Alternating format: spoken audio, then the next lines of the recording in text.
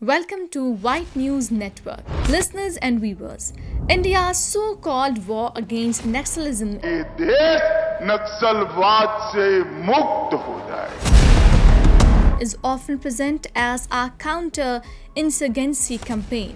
But many critics urge that behind this narrative lies a deeper conflict involving state power, corporate interest, and control over tribal land.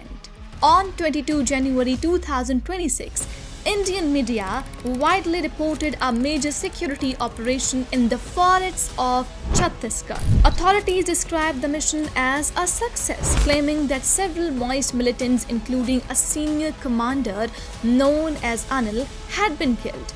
India's Home Minister Amit Shah and the government of Prime Minister Narendra Modi portrayed the operation as evidence that their hardline policy against Naxalism was working, reiterating the government goal of eliminating the insurgency of 2026. However, the story is far more complicated. The region at the center of this conflict, particularly Bastar in Chhattisgarh, is home to large populations of Adivasi or indigenous tribal communities. These communities have lived in these forests for centuries and traditionally depend on them for their livelihoods. The forests themselves are also environmentally significant. According to India's State of Forest Report 2023, the country's forests play a major role in maintaining carbon sinks that help absorb greenhouse gases. Despite legal protections such as the Forest Act of 2006, which was designed to recognize the land rights of tribal communities, activists and researchers say many Adivasi groups still struggle to secure official recognition of their land claims. Government data from India's Ministry of Tribal Affairs indicates that millions of claims have been filed, but a significant portion remain unresolved or rejected. This issue becomes even more contentious because many of these forest regions are rich in natural resources such as coal, iron ore, and bauxite. Large mining and energy projects have been proposed in several of these areas. One frequently debated example is the Hasteo around coal mining region in Chhattisgarh, where environmental activists and local tribal communities have protested against mining expansion, arguing that it threatens both forest and indigenous livelihoods. Human rights organizations have also raised concern about the impact of counter-insurgency operations on civilians.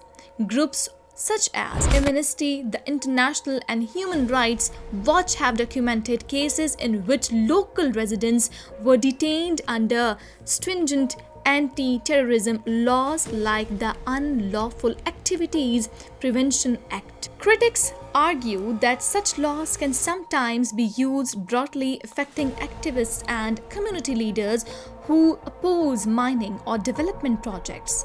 The long-running Maoist insurgency itself is real and has resulted in violence for decades. The Indian government classifies Maoist group as terrorist organization responsible for attacks on security forces and infrastructure. However, researchers studying the conflict often note that civilians, particularly tribal communities, can become caught between insurgents and state forces. Environmental concerns add another layer to the debate. Satellite imagery and independent studies have shown that forest cover in several mining zones has declined due to industrial activity. Activists warn that continued deforestation could worsen ecological challenges such as climate change, biodiversity loss, and extreme weather patterns. International observers have occasionally raised concern about